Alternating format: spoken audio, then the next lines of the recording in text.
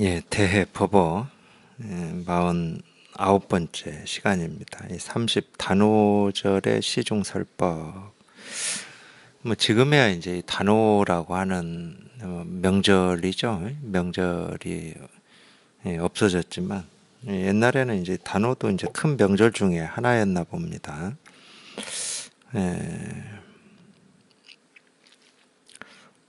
그러니까 이제 그런 명절을 맞이해서 이제 설법을 하는 거죠. 이 시중이라고 하는 거는 대중들한테 이제 법을 보여준다, 보일 시자인데, 그러니까 이 보여준다고 하는데 사실은 이렇게 보여준다기보다도 이제 우리가 보면은 이제 이렇게 설법이라고 하는 건 말이잖아요. 그러니까 들려준다 이래야 되는데, 이 법은 근데 이렇게 뭐 보여주고 들려주고 뭐 그럴 수 있는 게 아니기 때문에 보통은 이제 보여준다 그래요. 말을 듣고 법을 봐야지. 들으면 안 됩니다. 들으면 전부 이해가 돼 버려요. 색즉 시공이다. 뭐 만법에 자성이 없다. 이런 말들은 뭐 이해해봐야 아무 소용도 없습니다. 그냥 색즉 시공 그냥 한 글자 한 글자가 그냥 이일이어서 이 색이 뭐고 공이 뭐고 뭐 이런 생각이 사라져 버려야죠. 색은 그냥 현상이고 공은 근본이고 이건 전부 이제 생각으로 하는 겁니다. 말 가지고 공부하는 거죠. 그럼 모든 말을 끊어버리고 그냥 곧장 통해서 자기 본래 마음이 이렇게 분명해져야 되는 거죠. 그렇게 공부하셔야 나중에 이제 이런 말을 가지고 왜 색즉 시공이니 공즉 시색이니 조견 오온 계공이니 이런 말을 왜 하고 있는지가 이제 보여요. 근데 우리가 하도 이 말 언어 문자로 공부하던데 이렇게 습이 우리 생각밖에 못하고 사니까. 이 생각이라고 하는 건 다 언어고 문자입니다. 거기에 익숙해져 있다 보니까 우리가 이제 이 마음 공부도 뭔가를 이렇게 이해하고 알고, 아, 이게 무슨 말이지, 무슨 뜻이지. 참 이게 끈질기게 달라붙어 있어요. 자기도 모르는 사이에. 그냥 색이 뭐고, 자성이 뭐고, 실체가 뭐고, 실상이 뭐고, 부처가 뭐고, 도가 뭐고, 깨달음이 뭐고, 그런 걸 하나도 몰라도 됩니다. 어떤 때는 그 아는 것이 자꾸 자기 머릿속에 이제 그림이 그려져 가지고 이렇게 직접 이렇게 살아있는 마음을 이렇게 직접 곧장 이렇게 가르쳐 드림에도 여기에 이렇게 통하지 못하고 실감이 안 되는 거거든요. 근데 그건 어쩔 수가 없어요. 우리가 지금까지 살면서 이렇게 말, 언어, 문자 속에서 살았기 때문에 내가 하고 싶어서 하는 것도 아니고 안 하고 싶다고 해서 안 하는 것도 아닙니다. 내가 생각을 안 해야지, 분별을 안 해야지 한다고 해서 분별을 안 할 수가 없어요. 말을 안 해야지 한다고 해서 말이 없어지는 건 아닙니다. 이 밖으로 이 목소리로 말이 나오지 않는다 하더라도 이 목소리 없는 자기 내면의 소리 있잖아요. 그걸 뭐 생각이라고 하고 감정이라고 하고 느낌이라고 하는 뭐 그런 그걸 우리가 어찌할 수 있는 게 아닙니다. 내가 이렇게 막을 수 있는 것도 아니고 내가 의도적으로 일부러 막 생겨나게 할 수 있는 것도 아니에요. 아마 이런 것 때문에 이제 뭐 심리학에서는 이 무의식의 세계다 이렇게 얘기할 수도 있겠어요. 그거는 내가 의식하지 못하는데 그냥 그렇게 생각도 되고 느낌도 들고 뭐 감정도 들고 막 이러는 거니까. 물론 뭐 그렇게 얘기를 할 수는 있겠지만 결국은 그게 뭐 무의식이든 잠재의식이든 거드식이든 내 힘으로 되든 안 되든 그거하고 상관없이 그걸로부터 훌쩍 한번 벗어나 봐야 되는 거거든요. 언어 문자에서 말에서 생각에서 분별해서 한번 훌쩍 벗어나 봐야 됩니다. 그거는 내가 뭐 애쓰고 노력해서 되는 건 아니잖아요. 애쓰고 노력하는 것도 언어고 문자고 생각이고 분별이니까. 그래서 우리가 이 공부는 이 발심이 도에 이르게 한다, 믿음이 도에 이르게 한다, 이렇게 얘기를 하듯이 자기 스스로가 그런 분별에서 한번 벗어나고자 하는 어떤 뜻, 그걸 발심이라고 그럽니다. 안욕따라 삼막 삼보리. 무상정등각에 통하고자 하는 그 뜻, 그 마음으로 하는 겁니다. 그 마음만 있으면 이렇게 다 가르쳐 드리는 설법을 들으면 돼요. 도가 뭐냐 이거다, 부처가 뭐냐 이거다, 깨달음이 뭐냐 이거다. 이런 설법만 들으면 돼. 물론 이제 설법을 듣는다 하더라도 뭐 다 경험하시잖아요. 설법을 들으면서도 또 자기 생각이 생겨나고 사라지고 자기 생각대로 듣기도 하고 이건가 저건가 또 헤아리기도 하고 이해가 안 된다고도 하고 무슨 말인지도 모르겠다고 하고 또 온갖 이 생각이라는 놈이 이 분별이라는 놈이 지가 주인인 것처럼 지가 앞장서 가지고 나는 저 말이 무슨 말인지 모르겠어. 그래서 답답해 하고 지가 또 다 상황을 만들어 버려요. 그러니까 실제로는 주인은 가만히 있는데 주인도 아닌 그 손님인 이 생각, 이 분별이 막 지가 주인 노릇을 하고 있어요. 그럼 우리는 거기에 휘둘려 버려요. 왜 나는 여기에 못 통할까? 왜 못 알아들을까? 거기에 휘둘려 버려. 생각 노름에 자기가 휘둘리는 겁니다. 그거 다 생각이거든.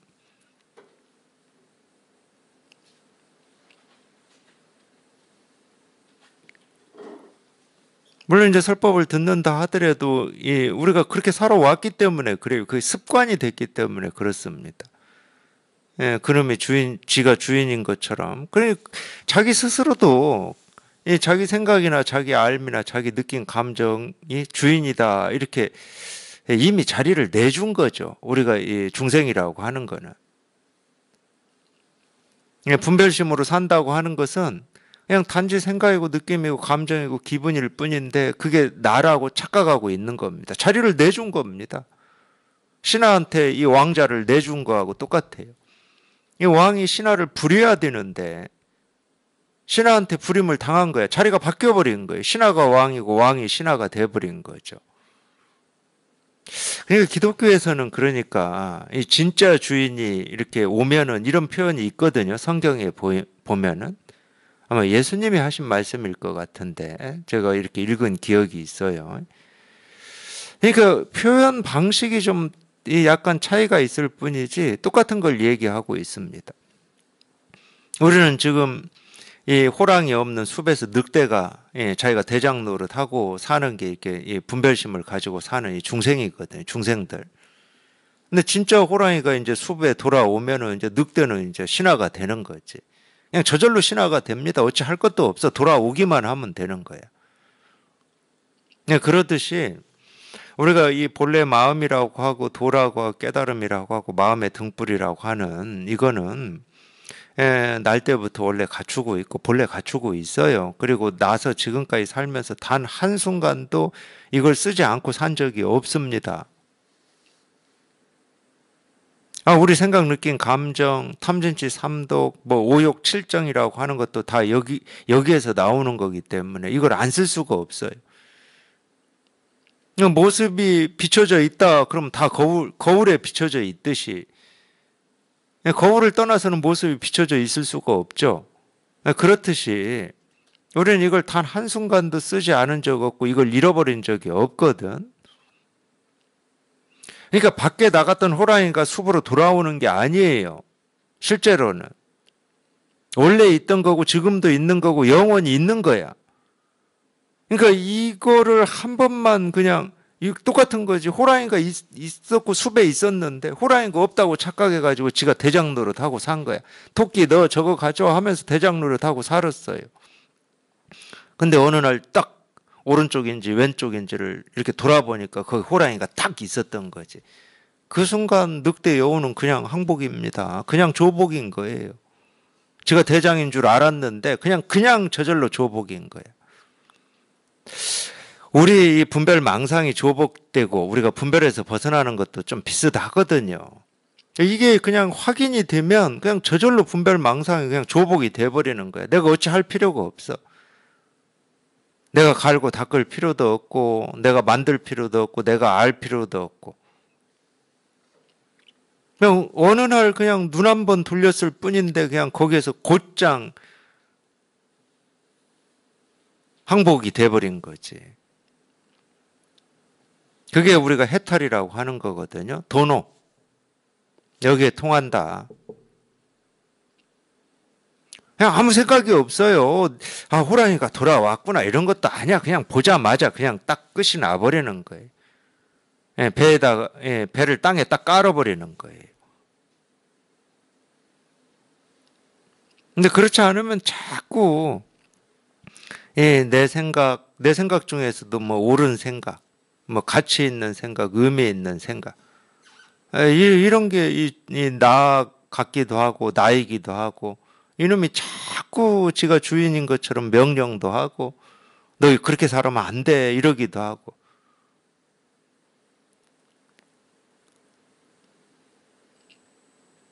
그러니까 주인으로 사는 게 아니고 종으로 산다 이제 이런 말을 그래서 하는 건데 아니 왜 우리가 생각에 불임을 당하고 살아야 됩니까?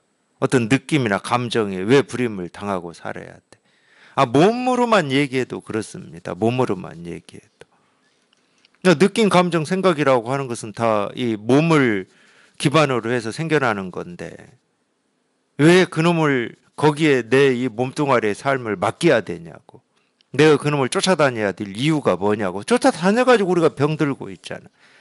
어떤 기분이나 느낌이나 감정이나 생각이 좀 좋으면 그냥 몸도 좋은 줄 알고 이게 좀 싫으면은 그냥 몸까지 가라앉아가지고 그냥 푹 처지고 자아가고 자책하고 좌절하고 절망하고 그러니 병이 안 생길 수가 있겠습니까? 몸뚱아리가 뭔 죄냐고. 그 생각, 느낀 감정, 그게 좋은 생각이든 나쁜 생각이든 좋은 느낌이든 나쁜 느낌이든 다 이 몸뚱아리 기반에서 생겨나는 건데.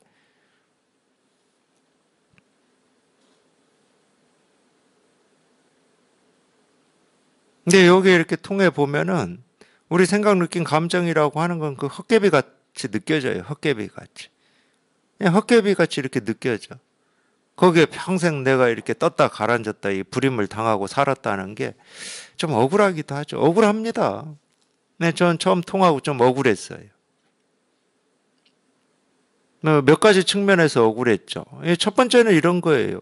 늘 항상 이렇게 눈앞에 분명하고 밝고 여기에 이렇게 다 드러나 있었는데 이걸 어떤 생각을 해서 그랬는지는 모르겠지만 어떤 생각을 하고 있었는지는 잘 모르겠어요. 뭔가 따로 있다고 이걸 찾고 구하고 얻으려고 애쓰고 노력하고 발버둥 치고 뭐 산을 가고 수행을 하고 온갖 그런 짓을 했어. 그 쓸데없는 짓을 한 거야.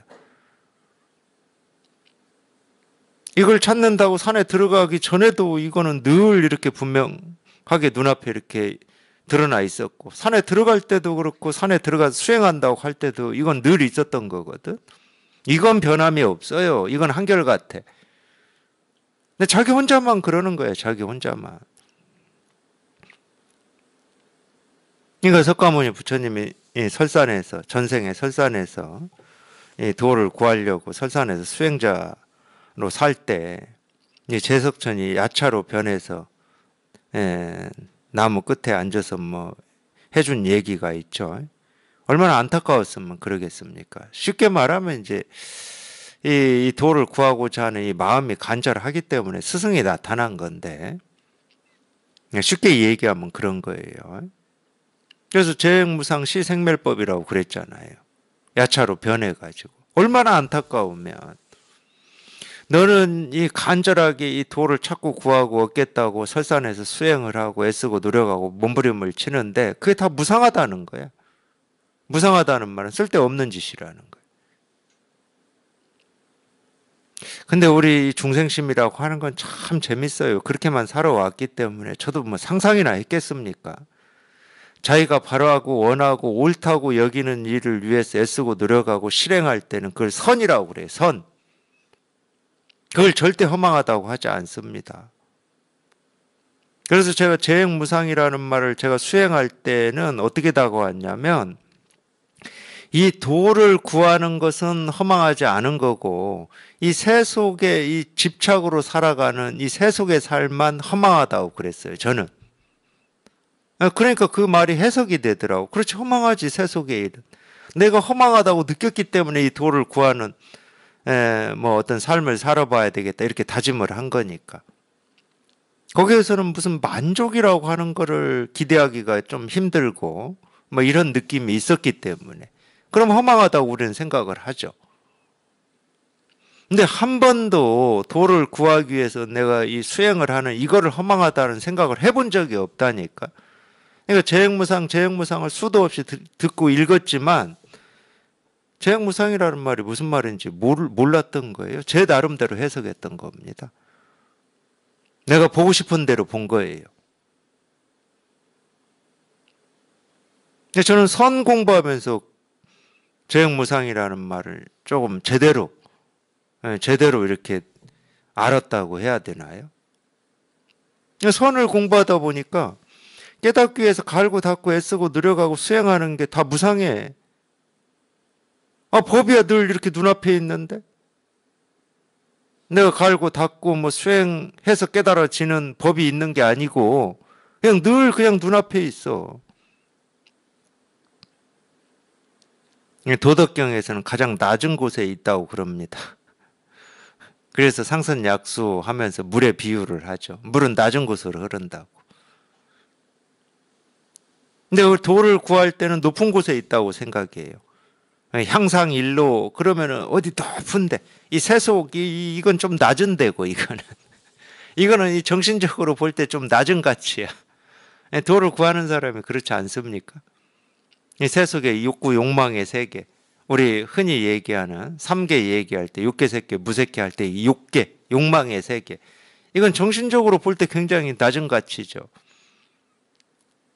한시라도 빨리 이 6계에서 벗어나고 싶죠. 이 법에 이 도의 깨달음에 관심이 있는 분이다 그러면. 근데 오히려 그 낮은 곳에 있다는 거예요. 네가 벗어나고자 하는 그 세간의 세속에 욕망의 세계에 이 법이 다 드러나 있다는 거야.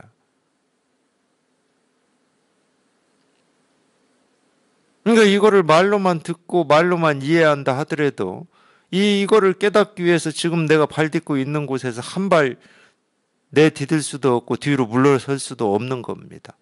지금 발 딛고 있는 그 자리에 다 드러나 있다고 하는데 어떻게 할 수가 있냐고. 어디를 가야 되는 거냐고.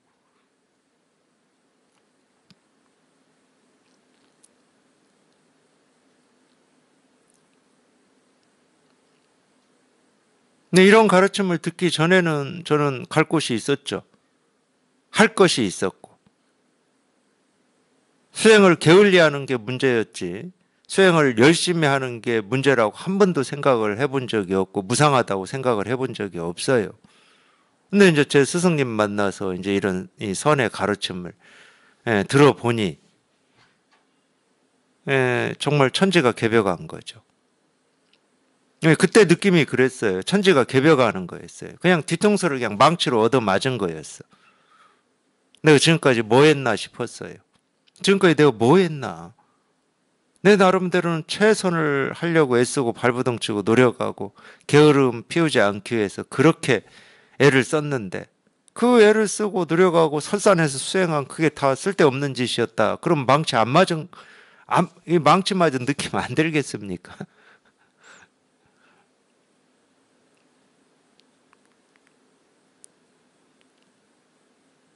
거기서 망치로 뒤통수를 딱 맞았다 이런 느낌이 드니까 도가 뭡니까 이겁니다 하는 여기에 꽂히더라고 저는. 부처가 뭡니까 이겁니다 하는 여기에 꽂히더라고. 그렇지. 있다 그러면 여기에 있지. 지금 있지. 내가 지금은 못 깨달았고 나중에 갈고 닦으면 깨달아지고 그건 깨달음이 아니잖아. 지금은 못 깨달아 있고 나중에 깨닫고 이건 깨달음이 아니지. 깨달음이다 그러면 지금도 있어야 되고 과거에도 있는 거고 미래에도 있는 거고 어디에나 다 있는 거지. 그럴 때 우리가 깨달음이니 도니 법이니 뭐 이런 표현을 진리니 실상이니 이런 표현을 쓸 수가 있는 겁니다. 여기에는 없고 저기에만 있다. 그건 세속이죠. 여기에는 통하고 저기에는 안 통한다. 그건 세속이에요.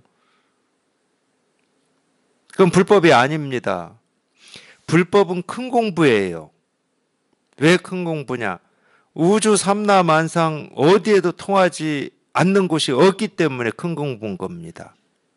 티끌 하나에서 이 세상에서 가장 크고 무거운 곳까지 다 통해버리기 때문에 우리가 발 딛고 살아가는 이 지구라는 별뿐만이 아니고 이 은하계 전체에 통해버리기 때문에 큰 공부라고 그러는 거예요. 근데 지금은 못 깨달았고 나중에는 깨닫는다? 그런 깨달음은 없어요. 그러면 깨달음이라고 하는 걸 우리가 얻는 거잖아. 그건 얻을 깨달음이 있고 얻을 법이 있다. 그건 깨달음이 아니죠. 본래 갖춰져 있는 걸 어떻게 우리가 다시 얻을 수 있겠습니까? 본래 다 부처로 태어나서 부처로 살고 있는데 어떻게 다시 부처가 되겠냐고. 그런 일은 없어요. 단지 본래 부처인데 희한하게도 그러니까 이 중생의 병은 참 묘하고 희한하고 불가사의하고 신통방통한 병이에요. 몸으로 치면 자기 몸에 아무런 병이 없어요. 건강해. 근데 희한하게 언제부턴가 어느 때부턴가 왠지는 모르겠지만 자기는 여기도 아프고 저기도 아프고 머리도 아프고 다리도 아프고 아프다고 그냥 그런 생각에 자기가 휘말려 있는 거거든. 몸으로 치면.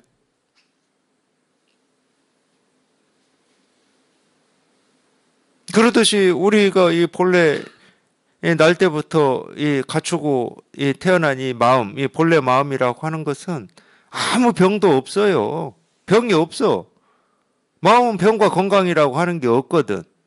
늙음과 죽음도 없고 생겨남도 없거든. 그러니까 반야심경에서 무노사 진 이러는 거거든. 아무 병도 없고 아무 병이 없으니까 건강해지려고 애쓰고 노력하고 발버둥 칠 필요도 없고 두려워할 필요도 없거든. 근데 희한하게 언제부턴가 무슨 이유 때문인지는 모르지만 자기는 뭔가 부족하고 불만족스럽고 자기 삶은 어디엔가 이렇게 매여 있는 것 같고 장애가 있는 것 같고 그런 병에 걸려버린 거야. 정말로 이상한 나라의 앨리스하고 똑같은 거죠. 병이 없는데 병이 있다고 착각해버린 거예요.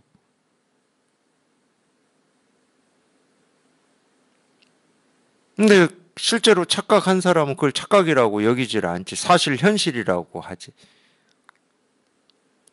평생을 그런 걸 느끼고 경험하면서 살았기 때문에.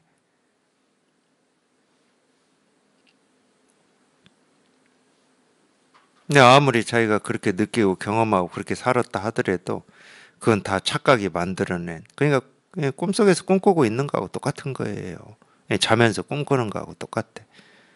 실제가 아닌데 우리가 꿈을 꾸면 그게 실제인 것처럼 이렇게 느껴지고 그게 현실인 것처럼 착각을 하듯이 꿈꾸고 있는 거야. 그러다가 그 꿈에서 딱 한번 깨어나 보면은 아무리 꿈에서 온갖 일을 보고 듣고 느끼고 경험했다 하더라도 그냥 아무 일도 일어난 적이 없어. 꿈에서 깨어나 보면.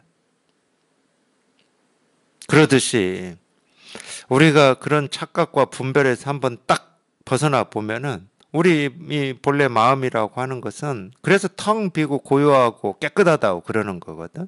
아무 일이 없었어, 아무 일이.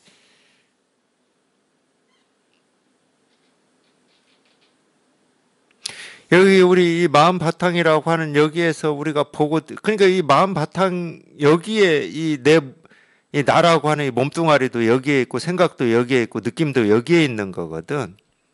내가 이 마음 바탕 위에 일어나는 어떤 모습이나 소리나 색깔이나를 이렇게 드라마나 영화 보듯이 내가 밖에서 이걸 보는 게 아니고 이 내 몸뚱아리나 내 생각, 느낌, 감정도 여기에 있는 거거든. 그러니까 이 우주라고 하는 게 이 그냥 마음 하나일 뿐이다라는 말이 이런 말이에요. 이 마음이라고 하는 여기에 온갖 것이 다 생겨나고 사라지고 드러나고 변화하는 거거든.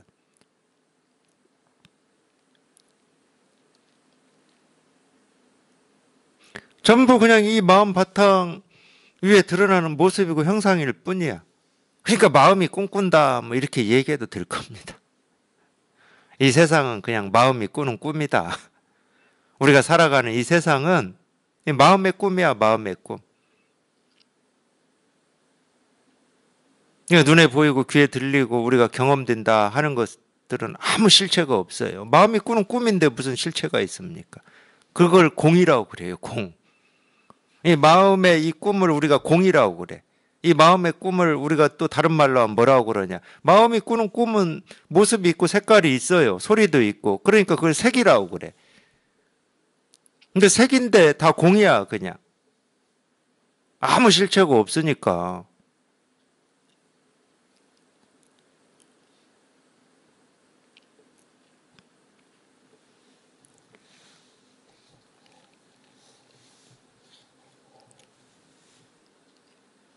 그래서 꿈이 꾸밈을 보는 게 깨달은 삶이라니까. 꿈을 현실이고 사실이다라고 보고 경험하는 게 이 중생의 삶이고.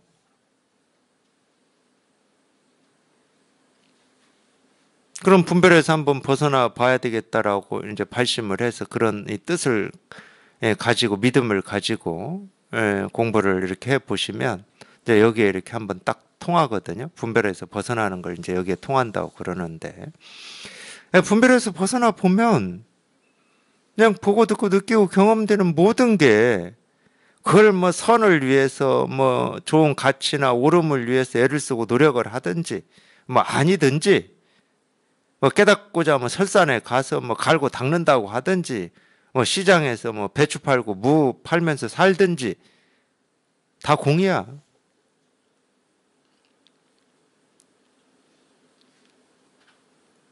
그러니까 옳음과 그름을 논할 이유가 없어. 옳고 그름을 논할 이유가 없어요. 그냥 논한다 하더라도 좋은 꿈 꿨네, 나쁜 꿈 꿨네, 뭐 이 정도지.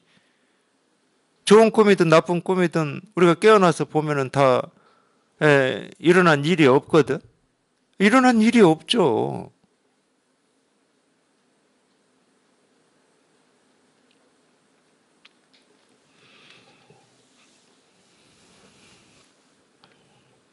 그러니까 아무런 병도 없고 아무런 문제도 없는데 희한하게 이제 그런 착각, 뭐가 부족하고 불만족스럽고, 그 부족과 불만족을 느끼면은 우리가 부족 불만족을 느끼자마자 생겨나는 게 이 부족을 채우는 만족, 뭐 불만족도 똑같은 말이죠. 이게 같이 생겨나는 거예요. 그러니까 이쪽을 향해서 애쓰고 노력하는 거지. 근데 본래 이게 없다 그러면 이쪽을 향해서 노력할 일이 있겠습니까? 꿈속에서 꾼 꿈을 붙들고 애쓰고 노력하고 발버둥 치고 있는 거지. 제가 그걸 표현하는 것 중에 하나가 그거예요. 밤중에 나무를 도깨비라고 착각해가지고 그 도깨비로부터 벗어나려고 막 애쓰고 노력하고 밤새 도깨비하고 씨름하고 몸부림친 이 이야기를 제가 가끔 해드리는데 그거하고 똑같다니까. 근데 술 깨서 보니까 도깨비는 없었어. 그냥 나무를 자기가 도깨비라고 착각해가지고 나무 붙들고 그렇게 밤새 씨름하고 있었던 거지. 얼마나 허탈하겠습니까? 술 깨서 보면 얼마나 허탈하겠냐고. 내가 밤새 뭐 한 거야? 이럴 거 아닙니까? 그러니까 저처럼 그런 어떤 이 수행을 통해서 깨달을 수 있다 여기고 그런 수행을 해본 사람들은 여기에 통해 보면은 참 그 시간이나 그 노력과 애씀이 정말로 허망하고 내가 무슨 이 귀신에 씌여 있었나 이런 생각이 든다니까요. 이 귀신에 씌여 있었던 것 같아. 물론 이제 자기 고집이고 자기 자존심이기도 하고 뭐 이런 거였겠죠. 이렇게 해야 깨달을 수 있다라고 하는 뭐 어떤 자기 고집 같은 거 있잖아요. 자기는 그냥 바른 생각이라고 그러는데 바른 생각이 고집이죠.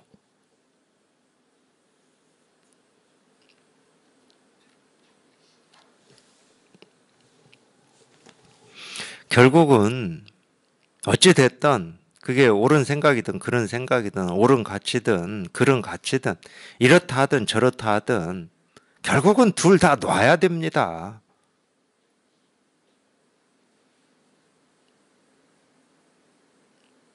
둘 다를 놔야 돼요, 결국은. 그래서 그냥 맨 몸뚱아리가 돼야 돼. 에, 이 불교 경전이나 기독교의 성경에서는 이 어린아이와 같이 돼야 된다. 불교 경전에 그런 말이 나오나? 도덕경에는 나와요. 노자의 도덕경에는. 어린아이와 같이 돼야 된다. 이런 말이 이 말이거든. 맨 몸뚱아리가 돼야 돼요. 내가 믿고 의지한다는 생각도 없죠. 너무 당연해가지고.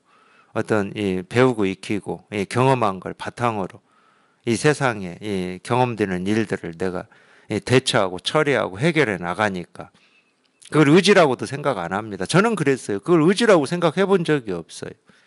그래서 불교에서 말하는 특히 이제 임재어록에서 나오죠. 의지함이 없는 이런 말이 무슨 말인지를 저는 몰랐습니다. 의지한다는 게 도대체 뭐야 이랬어요 저는. 제가 뭘 의지한다는 생각이 없었거든. 내가 옳다고 여기는 거에 대해서 최선을 다하는 게 이게 의지인가? 저는 그런 생각이 있었어요. 너무 당연한 거고 자연스러운 거잖아요. 근데 그게 중생의 분별이고 망상임을 제가 상상이나 했겠습니까? 상상도 못했어요. 그게 무상하다는 것을 제가 어떻게 상상이나 했겠습니까? 상상도 못했죠. 그러니까 육조 스님이 오조 문화에 이제 들어가서 밤중에 몰래 오조 홍인대사한테 금강경으로 법문을 듣다가 한번 이제 크게 깨우치잖아요. 크게 깨우치고 하신 말씀이 있거든. 어찌 우리 본래 마음이 이렇게 깨끗할 줄이라 깨끗할 거라고 상상이나 할 수 있었겠느냐 이런 몇 마디를 해요. 비슷한 얘기를. 그러지 않겠습니까? 늘 뭔가 이 부족하기 때문에 더 나아져야 되고 애쓰고 노력해야 되고 열심히 살아야 되고 어떤 더 나은 가치를 위해서 도전을 해야 되고 이렇게만 살던 사람인데 여기 이제 어쨌든 뭐 그러다가도 공부에 뜻이 있어서 공부를 해서 여기에 통했다. 그럼 그런 느낌 안 들겠어요? 아니 어떻게 이럴 수가 있을까? 털끝만큼도 애쓸 것도 없고 노력할 것도 없이 우리 본래 마음은 본래 온전하고 완전하고 아무 할 게 없음을 우리가 어떻게 상상이나 할 수 있었을까? 이런 느낌 안 들겠습니까? 육조스님이 지금 그 느낌으로 말씀을 하신 거거든. 이럴 거라고 우리가 어떻게 상상을 하냐고.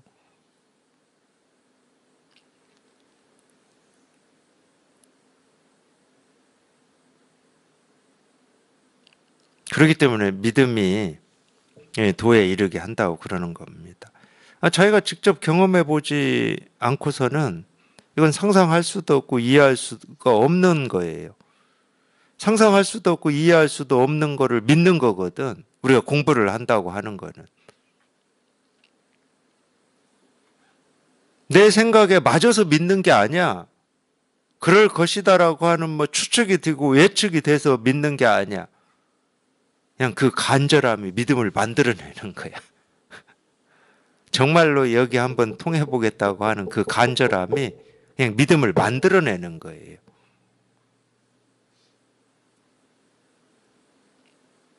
근데 아무리 말로 들어봐야 말이 안 되는 말이거든. 그러니까 믿음의 합리성이 없어요. 실제로는 이 공부하시는 분들이 믿음을 가진다. 발 안욕 따라 삼막 삼보리 심 해서 이 발심이라고 하는 건데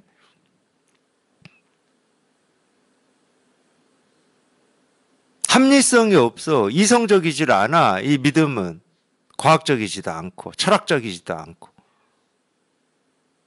그냥 오로지 자기 스스로가 여기에 이렇게 한번 통해보겠다고 하는 그 간절한 마음이 믿음이 나오는 곳이에요. 뭐가 합리적입니까? 다 있는데 아무것도 없다고 그러고 색이 공이라고 그러고 지금까지 우리가 이 세상을 살아온 어떤 이 지식이라든지 생각이라든지 견해로 보면은 저건 뭐 앞뒤가 맞지도 않고 논리적이지도 않고 합리적이지도 않고 상식적이지도 않고 과학적이지도 않아.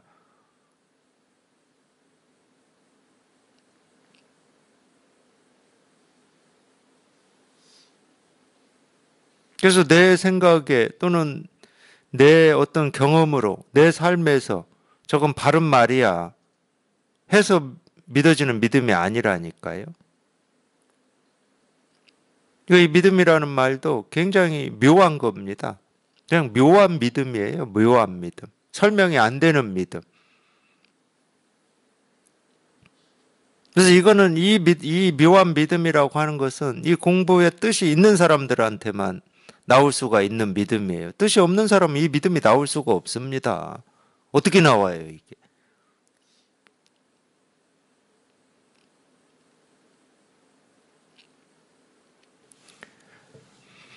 근데 그 힘으로 그냥 하는 거예요. 그 힘으로. 그 믿는 힘으로. 예, 뭐가 뭔지 모르지만, 내가 알아서도 아니고, 뭐가 뭔지 모르지만, 예, 그 믿음의 힘으로 하는 거야.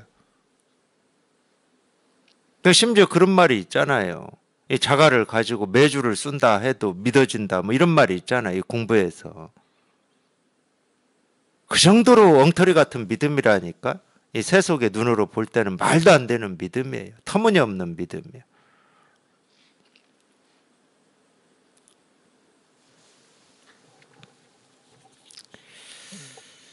예, 단호에 시중하여 주장자를 들고 인용하여 말했다. 운문대사가 말했다. 예로부터 모든 성인들도 무엇 때문에 여기에 이르지 못했는가?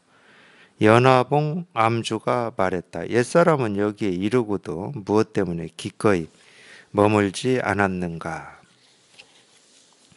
대가 말했다. 두 존숙께선 동쪽 울타리를 잘라서 서쪽 벽을 떼우고 다리바를 껴안아 씻고 닷줄을 쥐고서 배를 떼어 보내는 일이라면 없지 않으나 사람을 위하는 도리는 없구나. 나라면 그렇지 않다. 아직 여기에 도달하지 못했으면 그를 도달하도록 해주고 이미 여기에 도달했으면 그의 머리가 찢어지고 골이 짜게지게 해준다.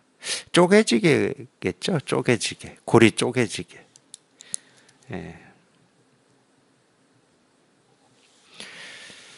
말해보아라. 사람을 위하는 곳이 있느냐? 잠시 말없이 있다가 말했다. 하나, 둘, 셋, 넷, 다섯으로는 허공에 부족한 곳을 채우고 다섯, 넷, 셋, 둘, 하나로는 문에다 대길이라고 써 붙인다.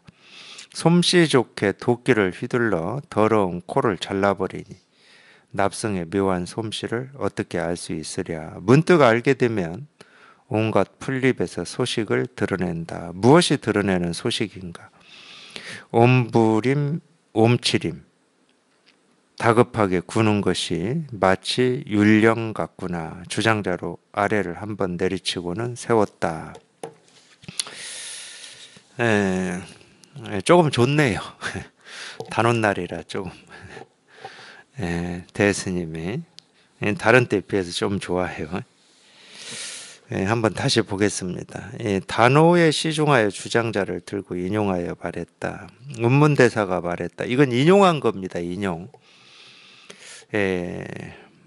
인용해서 말하는 거를 다른 사람이 한 말을 우리가 끄집어 와서 말하는 걸 인용이라고 그러잖아요. 다른 사람의 말을. 한자로는 거화라고 그래요. 들것자에다가 말씀화자 쓰는데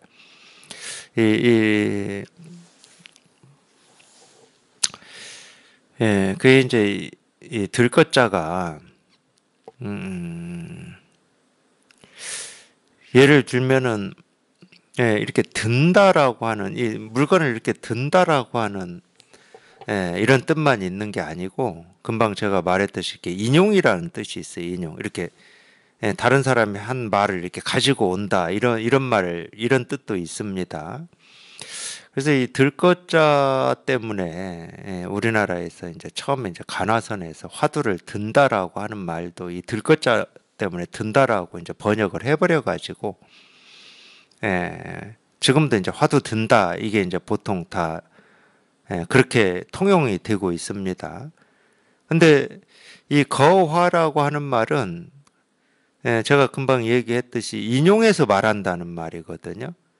그러면 이제 조주의 뜰 앞에 잣나무다. 이 이제 뜰 앞에 잣나무를 조주 스님이 이렇게 가르친 말씀인데 이 말을 자기 스스로한테 일깨워 주는 걸 우리가 화두라고 그러거든. 화두.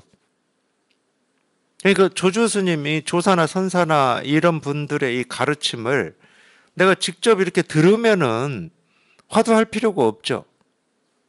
예를 들어서 이 설법이라고 하는 건 다 화두입니다. 설법이 화두예요. 뜻으로는 해결이 안 되니까.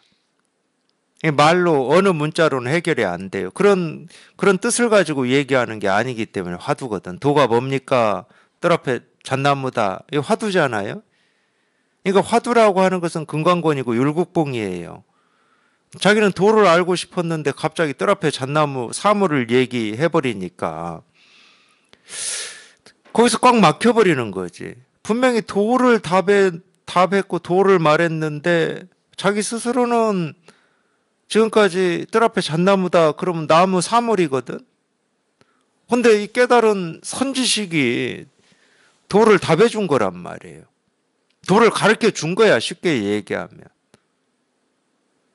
근데 자기 스스로는 그게 어떤 뭐 도라는 확신, 실감, 체험이 안 되니까.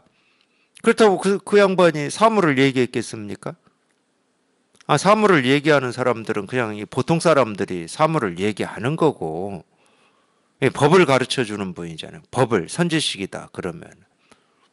그러니까 딱 막혀버리는 거야. 오도 가도 못하는 거지. 뜰 앞에 잣나무에서 어떻게 할 수가 없어. 사물이라고 할 수도 없고 저걸 도라고 할 수도 없어. 도라고 하고 싶긴 한데 그게 도가 되려면은 자기 스스로 그냥 확 통해버려야 되는데 안 통하니까 도라고 못하지. 이게 솔직한 심정인 겁니다.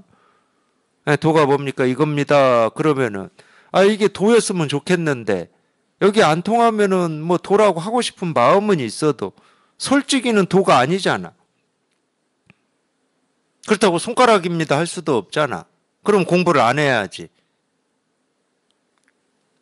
초등학교 가서 이게 뭡니까? 그럼 다 손가락이라고 할 건데. 그럼 공부를 안 해야죠. 그러니까 이걸 손가락이라고 할 수도 없고 도라고 할 수도 없어가지고 꽉 막혀버리는 거예요. 그게 이제 금강건이라고 하고 율곡봉, 은산, 철벽, 뭐 현해, 살수, 백척간두, 진일보라고 얘기하는 거예요. 의단. 이런 걸 화두라고 그러는 거거든.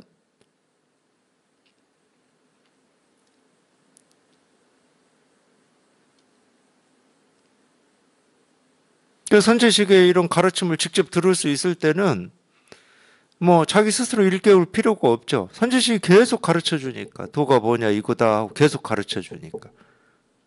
근데 이제 대종고라고 하는 이 송대 때 이 선사가 이 간화선이라고 하는 거를 이제 창시했다. 우리가 그렇게 알고 있잖아요. 그러니까 이분은 주로 누구한테 그러면 이렇게 일깨워 주라고 얘기를 했냐면 제가자들한테 했습니다. 직접 절에 와서 살면서 법문을 듣지 못하는 제가자들한테. 그러니까 내 눈앞에 지금 조조스님 있고 내가 이 눈앞에 있는 실제로는 없죠. 조조스님한테 묻는 겁니다. 스님 도가 뭡니까? 조주가 뜰 앞에 잣나무다 이렇게 얘기를 해줬던 거예요. 그러니까 뜰 앞에 잣나무다. 근데 이게 딱 막혀버린 거지. 뜰 앞에 잣나무. 뜰 앞에 잣나무라는데. 이렇게 된 거예요. 그래서 대법어 이 전체를 이제 제 스승님이 번역을 해놨잖아요. 서장 말고. 서장은 주로 5번째 권, 5권이 서장이라고 우리가 알고 있는 이 책인데 이건 전부 편지로 제가자들을 가르친 겁니다. 뜰 앞에 잣나무를 뭐 무 한자를 일깨워주라 이런 식으로. 절에서 스님들 가르친 게 이제 1권부터 3권, 이 대법어라고 하는 게 제 2권이에요. 5권 중에. 그럴 때는 화두를 일깨워주라 이런 말 한마디도 지금 못 들으셨죠. 왜냐하면 직접 가르치니까. 도가 뭐냐 이거다 하고 이렇게 직접 가르치니까. 그냥 화두를 날리면 날마다 그냥 던져버리고 있는 거예요. 이제 그게 설법이거든. 예를 들어서 이제 오늘날 같이 녹음기도 있고 이렇다 그러면 대스님 간화선 안 만들었을 겁니다. 녹음을 해가지고 이 공부에 궁금증이 있고 공부의 깨달음에 대해서 의문이 뭐 있거나 깨닫고 싶은 마음이 있으면 설법 들으라고 했겠지. 비록 녹음된 거지만 설법 들어라. 분명히 그랬을 겁니다. 직접 이렇게 얘기를 해주는데.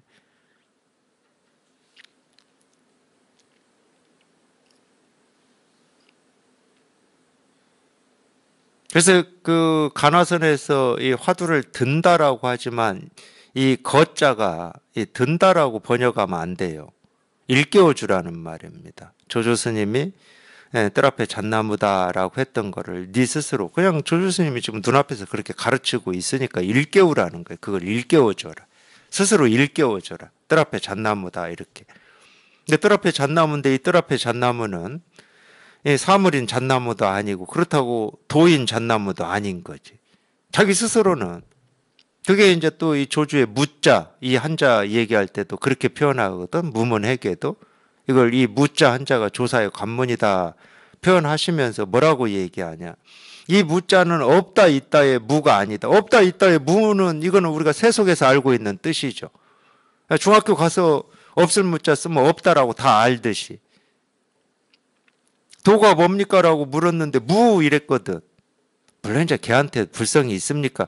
그게 도가 뭡니까잖아. 묻는 어떤 이 표현이 다를 뿐이지 도를 물은 거예요. 조주가 무 그랬어요.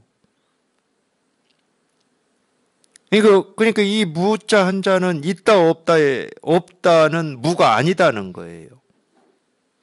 그렇다고 이 무가 도다 이 말도 안 하잖아요. 도가 되려면 자기가 무에 통해버려야 된다니까. 무 이 한마디에 그냥 곧장 통해버려야 돼. 그러면 이제 이런 말 할 필요가 없지. 그래서 겨우 한 말이 뭐냐. 조사의 관문이라는 얘기를 하는 겁니다. 그 무자 한자를 뚫고 지나야 이 실상에 들어온다는 거야. 말이야 맞죠? 당연히 맞지. 그게 선의 가르침이거든. 그러면 이 무자를 뚫고 들어온다는 말은 무슨 말입니까? 이거는 이 무자는 있다 없다라는 뜻을 가진 이 무자, 없다는 뜻의 무자도 아니고 그렇다고 도도 아니고 깨달음도 아니다 이 말이거든. 그러니까 이쪽도 아니고 저쪽도 아니다는 거야. 이쪽도 아니고 저쪽도 아니기 때문에 네 스스로 뚫고 들어와야 된다고 하는 거예요. 그게 조사의 관문이라는 뜻이거든. 그러니까 이거는 없을 무자도 아니고 그렇다고 깨달을 도자도 아니잖아.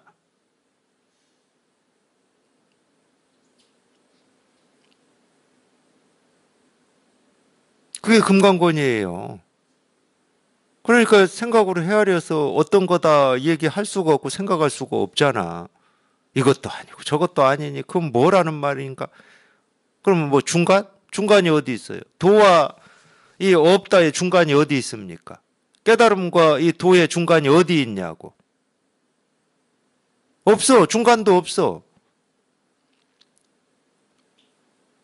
그러니까 생각이 꽉 막혀버리는 거지. 저절로 막혀버리는 거지. 이쪽도 아니고 저쪽도 아니야. 꽉 막혀버리는 거지. 똥 닦는 막대기도 똑같다니까. 얼마나 이 묻는 스님이 급했으면 간절했으면 화장실 가서 똥 싸고 있는 스님한테 물었겠습니까? 덕산한테 물었습니까? 덕산인가? 그런 것도 잊어먹어요 이제. 뭐 누구면 어떻습니까?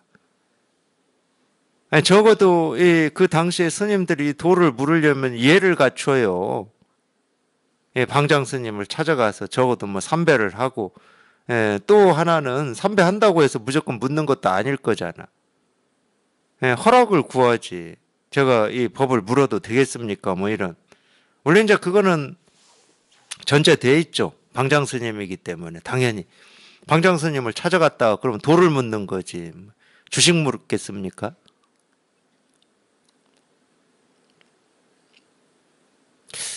근데 보통 그렇게 예를 갖추고 묻는데 덕산이 똥 싸러 갔는데 물어버렸단 말이에요. 얼마나 급했으면, 얼마나 답답했으면 그러겠습니까? 그런 경우 있어요. 마조의 제자인 이 수료라고 하는 이 스님이 그 스님도 그런 격이에요. 마조 스님을 찾아갔습니다. 이 법 물으려고. 근데 찾아갔는데 방장실에 계시는 게 아니라 산에 등나무 캐러 가셨다는 거야. 그럼 보통은 찾아간 스님이 기다려야죠. 방장 스님이 돌아오실 때까지 기다려서 오시면은 방에 들어가면 이제 예를 갖추고 스님 한마디 해주십시오. 뭐 이러겠지. 근데 그런 생각이 없었어요. 당장 자기는 마조 스님만 쫓아가가지고 물어야 되는 거야. 그런 마음, 그런 심정이야. 우리 말 그대로 그냥 바짓가랑이라도 붙들고 해야 돼. 무작정 그 절을 뒷산으로 가버린 거예요. 스님 찾으러 다녔겠지. 산속에서, 숲속에서. 등나무 캐러 갔다고 그러니까 뒷산에 등나무 캐러 가셨다고 하니까. 그래서 스님 찾으러 다니면서 마조 스님을 찾았습니다. 불렀어요. 찾았어. 찾아가지고 뭐 묻지도 않았을 거예요. 아마 마조 스님이 뭐 어찌 그러느냐 이렇게 물었을 수도 있겠죠. 뭐 그렇게 물을 수는 있을 겁니다. 근데 거기에서 수료가 그 방장실이 아니고 그냥 이 땅바닥이고 이 숲속이고 산속인데 거기에서 이 마조 스님한테 예를 갖추니라고 절을 했거든. 땅바닥에다. 큰 절. 절을 하고 이제 일어서려고 하는데 마조가 그냥 발로 밟아버렸거든요. 그 상황 그려지시잖아요. 그럴 때는 중심이 안 잡히니까 넘어가 버립니다, 사람이. 근데 딱 넘어가가지고 그 순간 수료가 그냥 확 깨어나 버렸어. 그래서 거기서 웃죠, 수료가. 하하하 하고 웃습니다. 그러니까 마조라고 왜 모르겠습니까? 이놈이 그런 예의나 예절도 차릴 지금 정도가 아닌 이 마음으로 여기까지 쫓아왔다. 그럼 보통 답답해가지고 왔겠습니까? 그러니까 마조도 그렇게 가르칠 수가 있었겠지. 그 가르침이거든요. 그 상황에 맞는 가르침입니다. 마조가 탁 느꼈죠. 거기서 웃길래.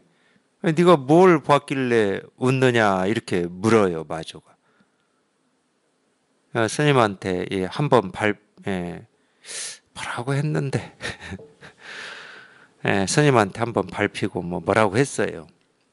그러고 이제 이 수료가 이제 이 마조문화에서 공부를 하고 이제 법을 펼치러 나갔을 때 상당을 해가지고 얘기를 합니다. 내가 마조 스님한테 한번 밟힌 이래로 이날 이때까지 웃음이 끊어지지 않는다고. 그 웃음이 끊어지지 않는다고. 그 웃음이 이거잖아. 이거. 당연히 이건 끊어질 수가 없죠. 이건 끊어질 수 있는 게 아니니까. 아마 덕산 스님한테 물은 스님도 그런 심정이 아니었을까 싶어요. 그래서 이 화장실 밖에서 물은 거지. 스님 도가 뭡니까? 부처가 뭡니까? 이런. 똥 닦는 막대기다. 그게 이제 간시골이라고 한자로 간시골인데 중국에서는 그랬다고 그럽니다. 대나무를 이렇게 편편하게 깎아가지고 그걸로 뭐 이렇게 똥을 닦았다고 그래요.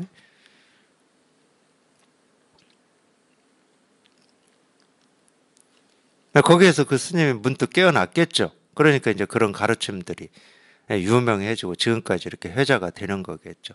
이렇게 가르쳤는데 그 말에 못 깨달으면 그게 잘 회자가 안 돼요. 뜰 앞에 잣나무다. 이것도 거기서 그 스님이 깨달았기 때문에 이런 가르침이 이렇게 회자가 되는 거고, 이 마조의 즉심즉불, 그 마음이 곧 부처다. 그런 데서 깨어났기 때문에 그런 게 이제 더 이렇게 회자가 되는 겁니다. 똥 닦는 막대기도 마찬가지고. 그러니까 그럴 때는 그게 무슨 똥 닦는 막대기인 것도 아니고 막 그거 가르쳐 주려고 그 말 한 건 아닐 거잖아. 적어도 우리가 그냥 아무리 멍청하다 하더라도 우리 그냥 이 법을 구하고 도를 구하는 입장이다. 그러면은 그게 뭐 대나무 막대기인지 소나무 막대기인지 뭐 잣나무인지 전나무인지 측백나무인지 그거 가르쳐 주려고 잣나무니 막대기니 이런 얘기 했겠습니까? 호떡이니 벽돌이니 기와조각이니 이런 얘기 했겠어. 근데 자기가 지금까지 보고 듣고 이 경험하고 배우고 알고 한 거는 분명히 막대기는 막대기고 잣나무는 잣나무고 호떡은 호떡이고 벽돌은 벽돌인데 그 틀이 부서져 버리는 거지. 아니다고 할 수도 없고 맞다고 할 수도 없고 그렇다고 똥 닦는 막대기를 부처라고 할 수도 없고 그러니까 부처라는 틀도 부서져 버리고 막대기라고 하는 틀도 부서져 버리고 그러니까 부처에도 머물지 못하고 막대기에도 머물지 못하고 다른 말로 하면 법에도 머물지 못하고 사물에도 머물지 못하고 그걸 우리가 훌쩍 벗어났다고 그러는 거예요. 법에도 머물지 않고 사물에도 머물지 않는 걸 훌쩍 벗어났다. 세간에도 머물지 않고 출세간에도 머물지 않는 그거를 해탈이라고 그러고 열반이라고 그러는 겁니다.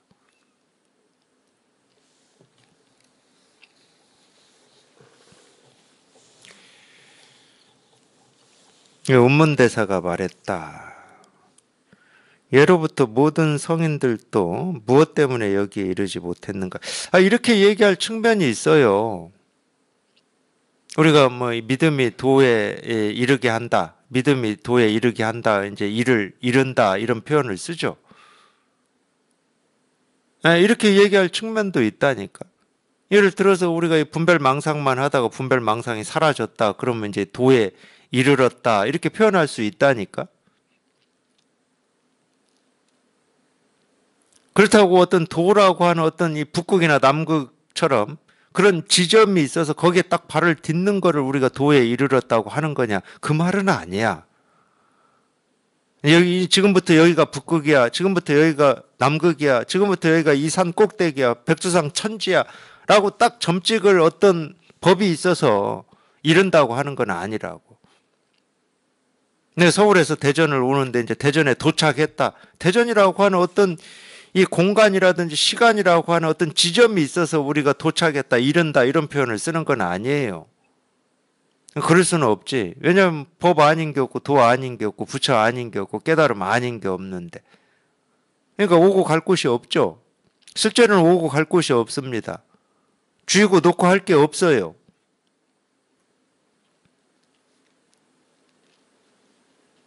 그러면 이른다, 도에 이른다, 이 깨달음에 이른다라고 하는 이 말은 무슨 말이냐?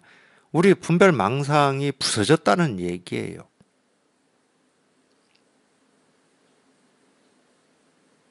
우리가 이 차 안에서 피 안으로 건너간다. 이 반야신경에 나오죠. 도피안이라고. 피 안에서 차 안으로 가나?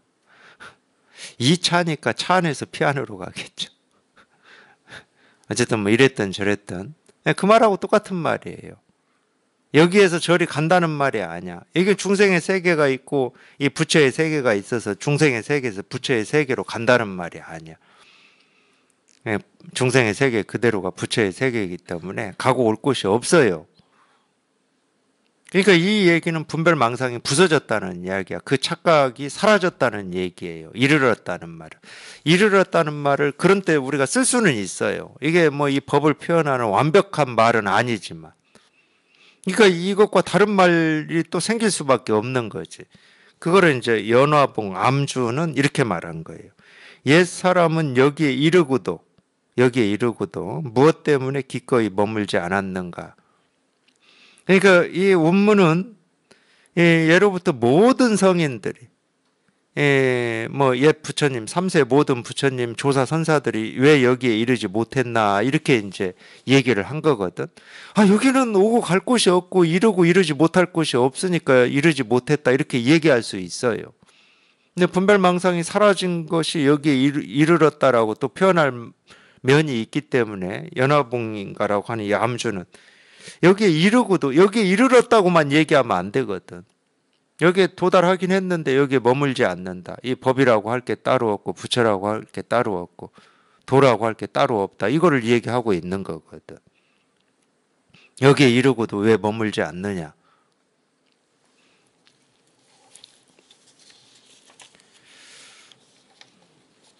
근데 같은 거를 두 가지 표현을 두 다른 표현 방식으로 하고 있는 겁니다. 물론 이제 이거는 우리가 여기에 깨달아서 이게 분명하면은 왜 이렇게 얘기를 하고 있는지, 뭘 얘기를 하고 있는지가 보이죠. 대가 말했다. 두 존수께서는 동쪽 울타리를 잘라서 서쪽 벽을 우리가 이 울타리 수리를 하는데 동서로 울타리가 있다고 쳐요. 근데 이 동서 울타리가 다 낡아가지고 수리를 해야 돼. 근데 이제 잔꾀를 부리는 거지. 동쪽 울타리를 잘라가지고 서쪽 울타리를 이렇게 떼운다는 거야. 참 어리석은 짓이죠. 그럼 왜 이 두 사람을 이렇게 어리석은 짓을 하는 사람들이다라고 얘기를 하느냐. 이게 이제 우리가 공부를 해서 자기 스스로 갖춰야 될 안목인 거죠. 아무리 이 법에 대해서 이렇게 그럴듯하게 그런 측면을 얘기했다 하더라도 어리석은 짓이 왜 어리석은 짓이라고 얘기를 하는지 이제 이 눈을 갖추셔야 되는 거지. 그래야 이런 말을 쫓아다니지 않게 되는 겁니다. 자기 법 하나 이렇게 분명한 거지. 네, 다른 사람이 대신 내 법을, 내 마음을 대신 뭐 가르치고 드러낼 수는 없거든. 저도 1시간, 뭐 2시간, 3시간 계속 이렇게 뭐 설법을 한다고 떠들지만은 제가 대신 깨달아 줄 수 있는 것도 아니고 자기 스스로 본래 갖추고 있고 쓰고 있는 그 마음을 제가 대신 어떻게 해줄 수 있는 게 아니에요. 자기 스스로 이렇게 한번 딱 통하는 거지, 자기 스스로. 이 다리빨을 껴안아, 다리빨은 뭔지를 몰라가지고 다리빨을 껴안아 씻는다는 말이 무슨 어리석은 짓인지를 모르겠어요. 근데 내용으로 보면 이게 되게 어리석은 짓이거든. 왜냐하면 그 다음 구절이 닷줄을 쥐고서 배를 떼어보내는 일이라고 그랬거든. 닷줄을 쥐고서 이게 뭔 말이에요? 닷줄이라고 하는 건 배 정박할 때 이렇게 물속에 내리는 닷이라고 하는 게 그거잖아요. 그러니까 닷줄을 내리고 배를 출발시키는 뭐 이런 어리석은 짓이다. 뭐 이런 말인 것 같아요. 그런 일이라면 그런 어리석은 일이 없지는 않죠. 저도 1시간 내내 이 어리석은 말만 떠들고 있잖아요. 석가모니 부처님은 무려 49년 동안 하셨고, 그걸 깨달은 사람들이 2500년 동안 이어서 계속 이 어리석은 말들을 했으니까. 그런 일이라면 없지는 않죠. 중생의 병을 치료하기 위해서 억지로 이렇게 어쩔 수 없이 끊임없이 떠들어대고 있죠. 근데 사람을 위하는 도리는 없다. 사람을 위하는 도리는 없죠. 사람을 위하지는 않습니다. 사람을 위합니까? 우리가 이렇게 떠든다, 이 설법을 한다라고 하는 건 사람을 위하는 일은 아닙니다. 이 허망한 생각, 이 분별망상을 치료하는 일이죠. 분별망상을 치료하는 일이지. 물론 뭐 그걸 결과적으로 그게 사람을 위하는 일이니 많이 분별망상을 치료하는 건 사람을 위하는 일은 아닙니다. 오히려 어떤 면에서는 이 사람이라고 하는 어떤 틀, 생각, 분별을 벗어나게 해버려요. 모든 분별망상이라고 하는 병을 치료시켜 버리기 때문에. 그래서 사람을 위하는 일은 아니에요. 나라면 그렇지 않다. 아직 여기에 도달하지 못했으면 그를 도달하도록 해주고, 이미 여기에 도달했으면 그의 머리가 찢어지고 골이 쪼개지게 해준다. 말해보아라. 사람을 위하는 곳이 있느냐. 물론 이제 이렇게 표현할 수도 있죠. 그를 도달하게 해준다. 이렇게 표현할 수도 있어요. 계속 지금 이거 하나만 이렇게 가르치니까 분별망상에서 여기에서 이제 분별망상이 사라지면 여기에 도달한다고 할 수가 있고, 여기에 이렇게 도달했다 하더라도 또 여기에 머물지 못하도록, 법에 머물지 못하고 부처에 머물지 못하고 실상에 머물지 못하도록 머리가 찢어지고 골이 쪼개지게 해준다. 그러니까 알미 사라지게 해준다 이 말이에요. 알미 사라지게 해준다. 그런 면이 있죠.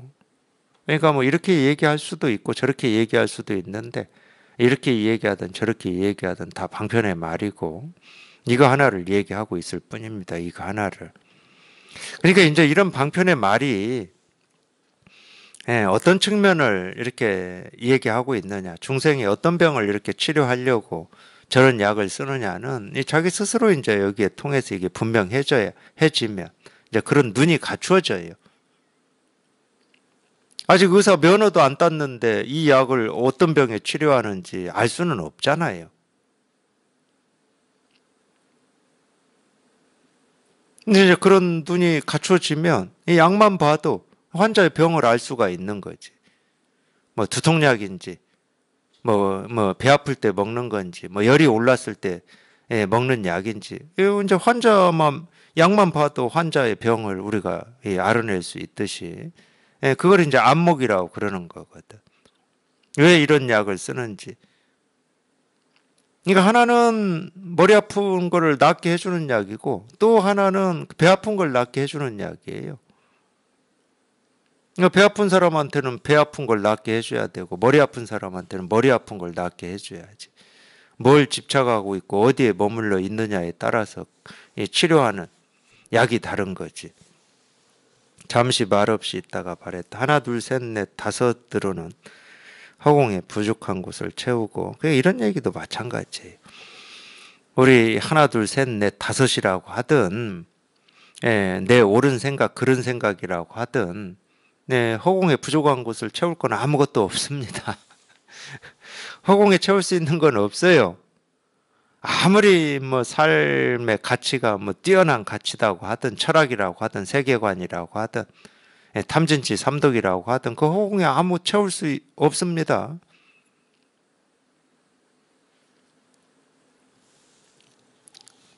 마찬가지예요. 아무리 옳고 뭐 현명하고 잘 대처하고 좋은 일이고 이거 가지고 자기 마음을 더 크게 아름답게 풍부하게 만족스럽게 할 수는 없어요.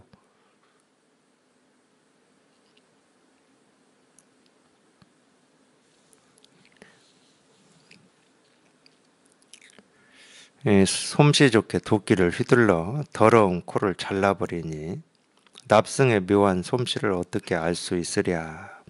그러니까 방편이냐 진실이냐 또는 뭐 이런 약이냐 저런 약이냐 이런 걸 알아서 치료되는 게 아닙니다. 그냥 한마디 말을 듣고 그냥 곧장 말을 벗어나 버려야 되는 거죠. 그냥 곧장 통해야 돼요. 곧장 통해요. 문득 알게 되면 온갖 풀립에서 소식을 드러낸다. 무엇이 드러내는 소식인가? 옴부림, 몸치림. 다급하게 구는 것이 마치 율령과 같구나. 이거는 무슨 뭐 진언인 것 같은데, 어쨌든 뭐 옴부림, 몸치림 하는 게 진언인 것 같아요. 그 율령이라고 하는 것은 여기에 제가 참고를 봤더니 도교의 신이라고 그러네요. 매우 빠르게 돌아다니는 뭐 신이라고 그럽니다. 다른 말로 하면은 쓸데없는 생각하지 말라는 거예요. 드러내는 소식이라고 하는 게 이런 거다 저런 거다 이렇게 아무리 빨리 왔다 갔다 하고 뭐 신통 방통한 술수를 다 부린다고 하더라도 다 쓸데없는 생각이고 망상일 뿐이다. 돈은 말이 없고 왔다 갔다 하는 게 아니니까 그냥 곧장 그냥 이 일일 뿐이니까 그냥 곧장 이 일.